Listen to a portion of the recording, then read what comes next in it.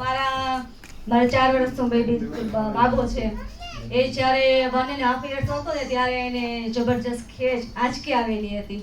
એટલે નોર્મલ આંચકી તો આપણને ખબર જ છે કે કેટલી હોય, આમ 20 થી 25 સેકન્ડની હોય, કોઈ બહુ તો બહુ 2 થી 5 મિનિટની હોય. પણ મારા બાબાને 30 મિનિટ સુધી ખેંચ આંચકી આવી હતી, બંધ નહોતી થઈ. આટલો સિરિયસ કેસ હતો એ.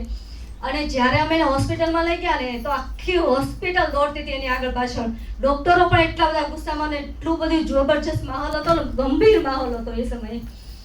અને ત્યારે અમે લોકોએ બધી જ આશા મૂકી દીધેલી હતી. પણ એની જે દવાથી એને 5 મહિનામાં અમે ગમે એમ કરીને રિકવર લાવ્યા. અમારે નસીબ સારા હતા કે અમે કોઈ ડેમેજ નહોતું થયું મારા બાબાને. પછી ધીમે ધીમે આમ એનું ચાલતું રહ્યું. થોડાક સમયથી તો પાછી એવી ખેંચ આવી. તો એને અમે જ્યારે ડૉક્ટરને વાત કરી તો એને કીધું કે 5 વર્ષ સુધી એને દવા શરૂ રાખવાની છે. તો દવા શરૂ રાખી. પછી મને નીતાબેન આઈપલ્સે છે મને વાત કરી, એણે સજેસ્ટ કરી કે તું આ પી કે ને એમ, આટલી બધી દવા પીવે છે તો થોડુંક તો તું જોઈ કે એની સામે કાંઈક તો અસર થશે ને એને. આટલી બધી તું દવાખાનામાં ખર્ચો કરીશ, એક વખત તું પીવડાવી જો એમ.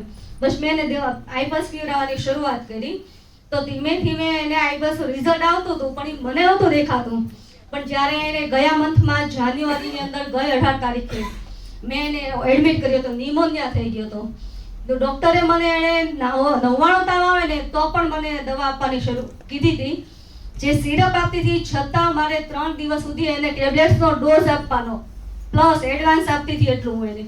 પણ જ્યારે આ છેલ્લે નિમોનિયા થયો ને ત્યારે એને મેં એડવાન્સ જે ડોઝ આપતી હતી ને એ ડોઝ બંધ થઈ ગયો અને ઘરે એને 1.0 2.7 ફીવર હતું.